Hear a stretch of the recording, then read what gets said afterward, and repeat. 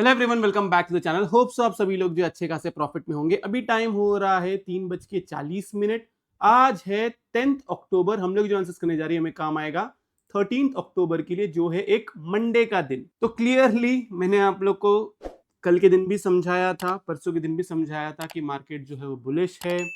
जब यहाँ से वो नीचे की तरफ ये वाली कैंडल बनी थी तब बहुत लोग बोल रहे थे कि मार्केट जो है बेयरिश है, यहाँ से नीचे की तरफ फॉल आएगा। जब यहाँ पे ये वाली कैंडल्स बन रही थी ये पूरी, इधर तो मैंने इंस्टाग्राम पे क्लियरली वीडियो बना के बताया था, सेम चीज मैंने आप लोग को यहाँ पे ही बताया था, यहाँ पे ही बताया था। और मैं इसके अंदर अभी भी आपको बोलूंगा, अगर नेक्स्ट वीक भी कोई डिप आता है तो पोजिशनली वो एक बाइंग अपॉर्चुनिटी होगी, पोजिशनली वो एक इन्वेस्टमेंट अपॉर्चुनिटी होगी आपके लिए। कुछ महीनों में बहुत ही तगड़े रिटर्न्स देंगे स्टॉक्स, इतनी मेरी बात याद रख लो। ओके, अब आज के दिन जो है मैंने अपने लॉन्ग्स के अंदर सारी की सारी पोजीशंस बुक कर लिया हूं। हमने क्या क्या किया उसके बारे में बात करते हैं। हमने टेलीग्राम ओपन करता हूं। टेलीग्राम पे क्लियरली मैंने जो ट्रेड्स जो कैरी फॉरवर्ड कराए थे मेंबर से वही हमने जो होल्ड रखा हुआ था। मैंने आपको क्लियरली बोला था 25 150 एंड 56 100 इसके ऊपर रहता है बी ऑन बाई साइड। तो ऊपर की तरफ अगर हम लोग देखें, यहां से आर्ली कैंडल लगा देता हूं। ये जो इसका हाई दिख रहा है 25 285 एंड बैंक निफ्टी के अंदर 56 660, यहां पे हमने हमारा प्रॉफिट बुकिंग किया। अब रीजन क्या था प्रॉफिट बुकिंग का, उसके बारे में हम लोग बात करते हैं। देखो थोड़ी सी स्टडी है, एक्सप्लेन कर रहा हूं ठीक से, अगर आप समझोगे तो आपके लिए अच्छा है। अगर आप लोग डेली टाइम फ्रेम देखोगे तो डेली टाइम फ्रेम पे आपको 1 2 3 4 5 दिख जाएगा। मैंने ऑलरेडी प्रीवियसली बहुत बार बता चुका हूं ये स्टडी, जिसने नहीं देखा है देख ले। डिटेल्ड एनालिसिस जो है वो मैं मेंबर्स ओनली वीडियो वीकेंड पे पोस्ट करूंगा, कोशिश करूंगा आज ही पोस्ट करने की। आज नहीं हो पाया तो संडे तक तो जरूर पोस्ट हो जाएगा, जिसके अंदर मैं आप लोग को ट्रेड्स के साथ में बताऊंगा कि आपको ट्रेड क्या लेना है, कब लेना है, कौन सा लेना है एंड क्यों लेना है। मार्केट बुलिश है तो क्यों है, बेयरिश है तो क्यों है, रिट्रेसमेंट आएगा तो किधर तक आएगा, इसके बारे में हम लोग बात करेंगे। तो अभी डिटेल के अंदर मैं नहीं जा रहा हूं। आर्ली कैंडल के अंदर मैं क्यों इतना आपको बोल रहा था, यहाँ पे अगर हम लोग देखेंगे तो ये एक फर्स्ट वेव, ये एक सेकंड वेव, ये एक थर्ड वेव, ये एक फोर्थ वेव, ये एक फिफ्थ वेव। इसलिए मैं आपको बोल रहा था कि डिप जो है वो एक बाइंग अपॉर्चुनिटी है। अब यहाँ पे अगर हम लोग देखें तो फिफ्थ वेव का कैरेक्टरिस्टिक क्या बताता है, एक मिनट रुक जाओ, इसको मैं थोड़ा बड़ा कर देता हूँ। हाँ, फिफ्थ वेव का कैरेक्टरिस्टिक्स हमें ये बताता है कि मैक्सिमम जो है ये, सॉरी मिनिमम जो है ये 127% जाना चाहिए। ये जो है ये इसका रेजिस्टेंस जोन है। ओके, एंड इसके अगर ऊपर अगर फिर भी जाता है देन समझ जाना कि ये 161% तक जाएगा, 261% तक जाएगा एंड 361% तक जाएगा मैक्सिमम। ये हमारा फिफ्थ वेव का कैरेक्टरिस्टिक्स बोलता है।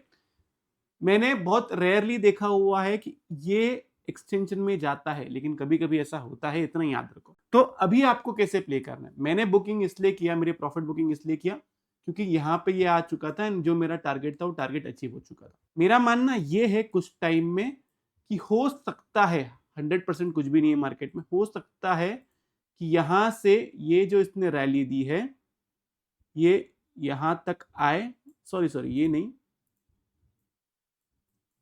ये दिख रहा है, ये जो इसने पूरी रैली दी है ये यहां तक आए, 25K तक आ सकता है, 24,800 24,900 तक आ सकता है एंड फिर वहां से रॉकेट बन के ऊपर की तरफ जाए, मतलब फिर से एक और बार लोगों को बियरिश करें। लास्ट टाइम ही होगा मोस्टली, लेकिन इसको भी प्ले करने के लिए आप सेल तभी करोगे जब निफ्टी 25,250 के नीचे रहेगा। 25,250 के नीचे रहेगा, आपका टारगेट है 25K से लेके 25,050 एंड अगर 25K के नीचे जाता है तो आपका टारगेट निकल के आता है 24,800 से लेके 900 वाला जोन।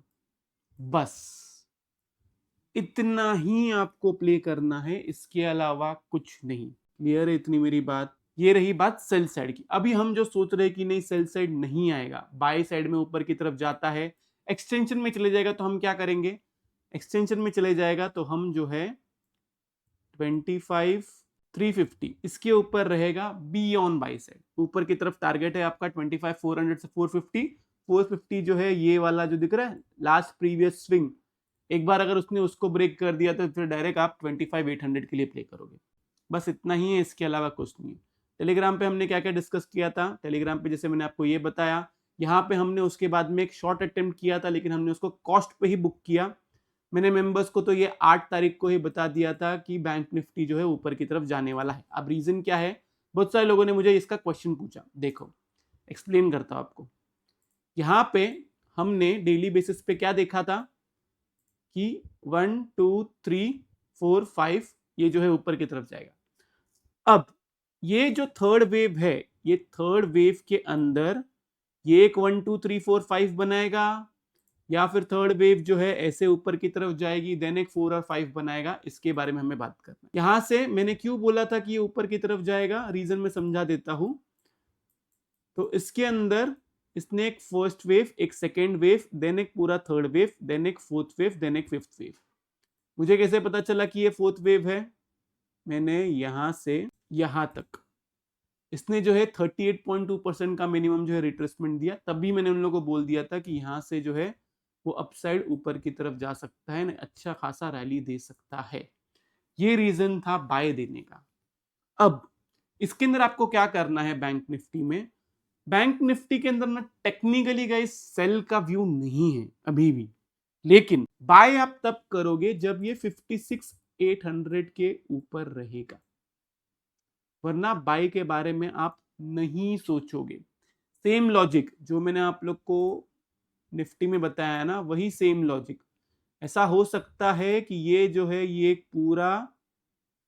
एक पूरी डिग्री, देन उसके बाद में नीचे की तरफ एक डिग्री, देन उसके बाद में ऊपर की तरफ एक डिग्री, वो कहां पे कैसे बनेगा वो मैं मेंबर्स ओनली वीडियो में कवर करूंगा।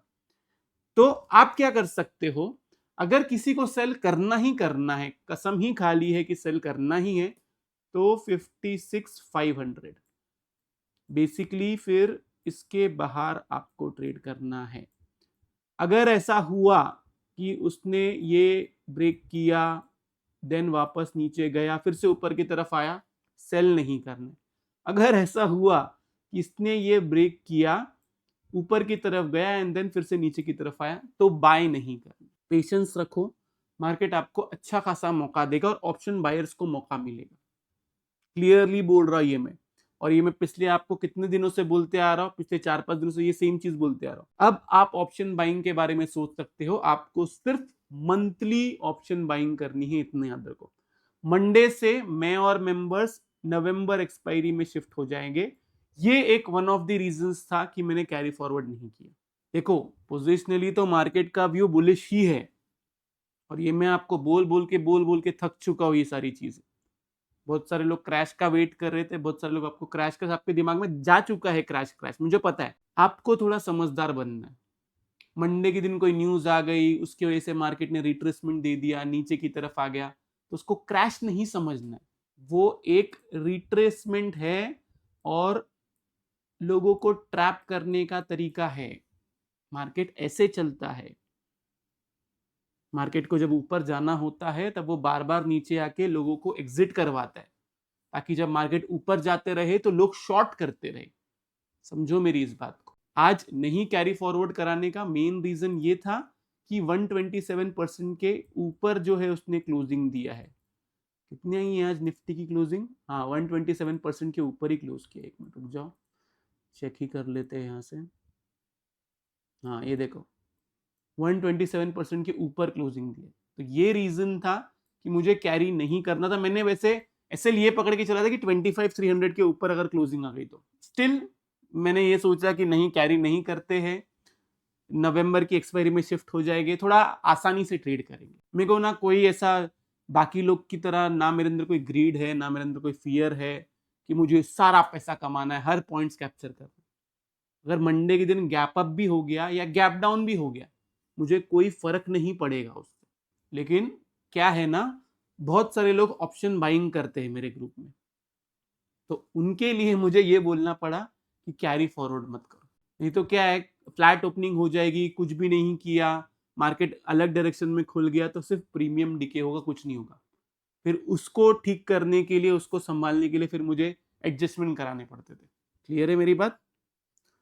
बस इतना ही है निफ्टी और बैंक निफ्टी के एनालिसिस को लेके।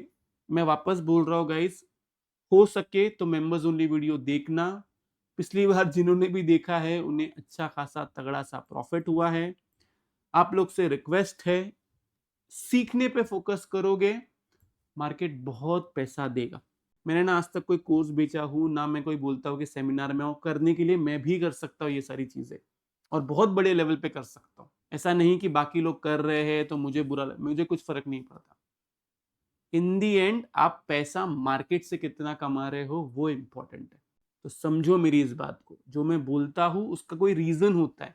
मैं अगर बाय बाय बाय बोल रहा हूँ इतने दिनों से तो उसका भी रीजन है और आपको वो दिख गया होगा मार्केट में। एंड मैं अभी भी वही चीज में हूं जो मैं हर वीडियो में बोलता हूं। मैं इधर कैप्चर जो है इसको करने की कोशिश कर रहा हूं, जिसमें हो सकता है। मैंने क्यों नहीं कैरी फॉरवर्ड करा मैं आपको बताता हूँ। सबकॉन्शियस माइंड बुलिश है ना। ट्रस्ट मी, मैं ये चाहता हूं कि मेरा एक भी मेंबर अपसाइड के कोई पॉइंट्स मिस ना करे और मैं आप लोग को भी यही बोलूंगा। डाउन साइड के थोड़े बहुत पॉइंट्स मिस आउट होंगे क्योंकि भाई रैली ऊपर की तरफ आने वाली है।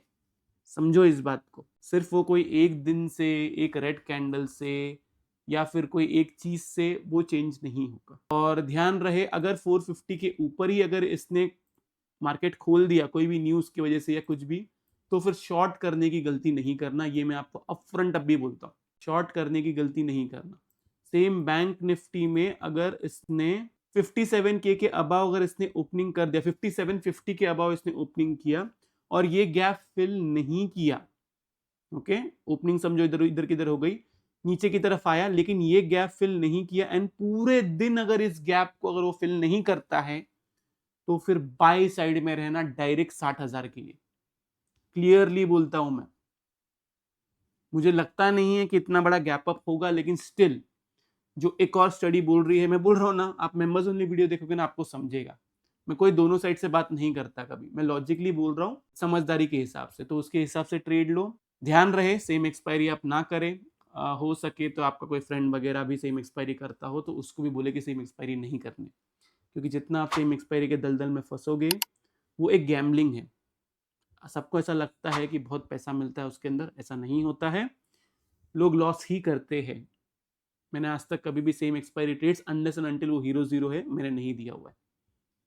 क्लियर है इतनी मेरी बात। तो ये रहा निफ्टी बैंक निफ्टी का एनालिसिस। खूब आप लोग को वीडियो से बहुत कुछ सीखने मिला होगा। अगर आप लोग को वीडियो अच्छा लगे तो प्लीज वीडियो को लाइक कीजिए, नीचे कमेंट सेक्शन में कमेंट करके जरूर बताइए कि आपको वीडियो कैसा लगा। अगर आप चैनल पे नए हैं तो चैनल को सब्सक्राइब जरूर कीजिए। तो इस वाले वीडियो के लिए मैं सिर्फ इतना रखता हूँ। बाय बाय, टेक केयर, अपना ख्याल रखिए।